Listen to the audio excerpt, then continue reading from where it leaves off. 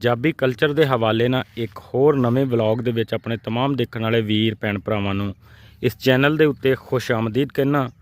ਤੇ ਅੱਜ ਇੱਕ ਐਸੀ ਚੀਜ਼ ਇਸ ਵਲੌਗ ਦੇ ਅੰਦਰ ਦਿਖਾਉਣ ਦੀ ਕੋਸ਼ਿਸ਼ ਕਰਦਾ ਜਿਹੜੀ ਕਿ ਤਕਸੀਮੇ ਹਿੰਦ ਤੋਂ ਪਹਿਲੇ ਦੀ ਅੱਜ ਵੀ ਲਹਿੰਦੇ ਪੰਜਾਬ ਦੇ ਵਿੱਚ ਮੌਜੂਦ ਆ।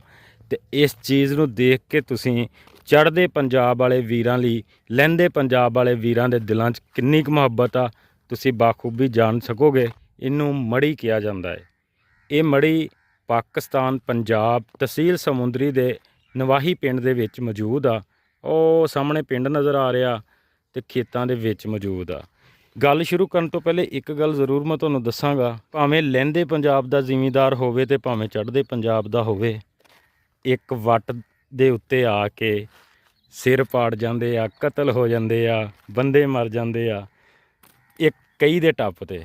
ਲੇਕਿਨ ਇਸ ਮੁਹੱਬਤ ਦਾ ਸਬੂਤ ਦੇਖੋ ਕਿ ਕਿੰਨੀ ਜਗ੍ਹਾ ਉਹਨਾਂ ਨੇ ਇਸ ਜਗ੍ਹਾ ਨੂੰ, ਇਸ ਮੜੀ ਨੂੰ ਗਰਾਇਆ ਨਹੀਂ ਦੀ ਜਗ੍ਹਾ ਜਿਹੜੀ ਉਹ ਵਿਹਲੀ ਨਹੀਂ ਕੀਤੀ, ਲੇਕਿਨ ਉਹਨਾਂ ਦੀ ਨਿਸ਼ਾਨੀ ਚੜ੍ਹਦੇ ਪੰਜਾਬ ਵਾਲਿਆਂ ਦੀ ਉੱਦਾਂ ਹੀ ਰੱਖੀ ਆ ਤਾਂ ਕਿ ਕੋਈ ਆਵੇ ਤੇ ਉਹ ਦੇਖ ਸਕੇ। ਅੱਜ ਦੀ ਵੀਡੀਓ 'ਚ ਤੁਹਾਨੂੰ ਦੱਸਾਂਗਾ ਕਿ ਇਹ ਮੜੀ ਬਣਾਉਣ ਦਾ ਮਕਸਦ ਕੀ ਸੀ, ਕਿਉਂਕਿ ਪੰਜਾਬੀ ਜ਼ਬਾਨ 'ਚ ਇੱਕ ਮੁਹਾਵਰਾ ਵਾ ਕਿ ਜਿੰਨੇ ਮੂੰਹ ਉਨੀਆਂ ਗੱਲਾਂ। ਬਹੁਤ ਸਾਰੀ ਤਹਿਕੀਕ ਕੀਤੀ ਇਸ ਮੜੀ ਦੇ ਬਾਰੇ, ਲੇਕਿਨ ਕਈਆਂ ਨੇ ਕੋਈ ਜਵਾਬ ਦਿੱਤੇ, ਕਈਆਂ ਨੇ ਕੋਈ ਕੁਛ ਕਹਿੰਦੇ ਕਿ ਜਿਹੜੇ ਸਿੱਖ ਭੈਣ ਭਰਾ ਫੌਤ ਹੋ ਜਾਂਦੇ ਸੀ, ਇਸ ਦੁਨੀਆ ਤੋਂ ਚਲ ਜਾਂਦੇ ਸੀ, ਉਹਨਾਂ ਨੂੰ ਜਲਾਉਂਦੇ ਸੀ। ਲੇਕਿਨ ਜਿੰਨੀ ਛੋਟੀ ਜਗ੍ਹਾ ਵਾ ਇਹਦੇ ਵਿੱਚ ਡੈੱਡ ਬੋਡੀ ਨੂੰ ਜਲਾਇਆ ਨਹੀਂ ਜਾ ਸਕਦਾ। ਉਹਨਾਂ ਕੋਲ ਜਦੋਂ ਵੈਰੀਫਿਕੇਸ਼ਨ ਕੀਤੀ, ਇਸ ਦੇ ਬਾਰੇ ਤਹਿਕੀਕ ਕੀਤੀ, ਤੇ ਕੁਛ ਮੇਰੇ ਵੀਰ ਜਿਹੜੇ ਚੜ੍ਹਦੇ ਪੰਜਾਬ 'ਚ ਮੇਰੇ ਯਾਰ ਮਿੱਤਰ ਆ, ਉਹਨਾਂ ਕੋਲ ਵੈਰੀਫਿਕੇਸ਼ਨ ਕੀਤੀ ਤੇ ਇਹਦੀ ਹਕੀਕਤ ਪਤਾ ਚੱਲੀ ਕਿ ਇਹ ਮੜੀ ਕੋਈ ਬਜ਼ੁਰਗ ਜਿਹੜਾ ਵਡੇਰਾ ਫੌਤ ਹੋ ਜਾਂਦਾ ਸੀ, ਇਸ ਦੁਨੀਆ ਤੋਂ ਪਰਦਾ ਕਰ ਜਾਂਦੇ ਸੀ, ਉਹਨਾਂ ਦੀ ਯਾਦ 'ਚ ਇਹ ਮੜੀ ਉਹਨਾਂ ਦੇ ਖੇਤਾਂ ਦੇ ਵਿੱਚ, ਉਹਨਾਂ ਦੀਆਂ ਪੈਲੀਆਂ ਦੇ ਵਿੱਚ ਬਣਾਈ ਜਾਂਦੀ ਸੀ। ਜਾਂ ਫਿਰ ਕੋਈ ਪਲੇਠੀ ਦਾ ਬੱਚਾ ਪੈਦਾ ਹੁੰਦਾ ਸੀ ਤੇ ਉਹਦੀ ਖੁਸ਼ੀ ਦੇ ਵਿੱਚ ਵੀ ਇਹ ਮੜੀ ਜਿਹੜੀ ਆ ਉਹ ਬਣਾਈ ਜਾਂਦੀ ਸੀ। ਇਹ ਉਹ ਸਰਦਾਰ ਮੇਰਾ ਬਜ਼ੁਰਗ ਜਿਨ੍ਹਾਂ ਦੇ ਇਹ ਖੇਤ ਹੋਣਗੇ, ਉਹਨਾਂ ਦੀ ਯਾਦ 'ਚ ਜਾਂ ਕੋਈ ਬੱਚਾ ਪੈਦਾ ਹੋਇਆ ਹੋਵੇਗਾ, ਉਹਦੀ ਖੁਸ਼ੀ ਦੇ ਵਿੱਚ ਇਹ ਮੜੀ ਬਣਾਈ ਗਈ ਹੋਣੀ ਆ। ਅਗਰ ਮੈਂ ਥੱਲੇ ਬਹਿ ਕੇ ਵੀ ਤੁਹਾਨੂੰ ਦਿਖਾਉਣ ਦੀ ਕੋਸ਼ਿਸ਼ ਕਰਾਂ ਤੇ ਬਿਲਕੁਲ ਕੋਈ ਚੀਜ਼ ਨਹੀਂ ਹੈ, ਚਾਰ ਪਿਲਰ ਕੱਢ ਕੇ। ਹਾਂ, ਇੱਕ ਚੀਜ਼ ਜ਼ਰੂਰ ਦਿਖਾਉਣਾ ਚਾਹੁੰਦਾ ਤੁਹਾਨੂੰ, ਇਹ ਇੱਟ ਹੈ ਜੀ।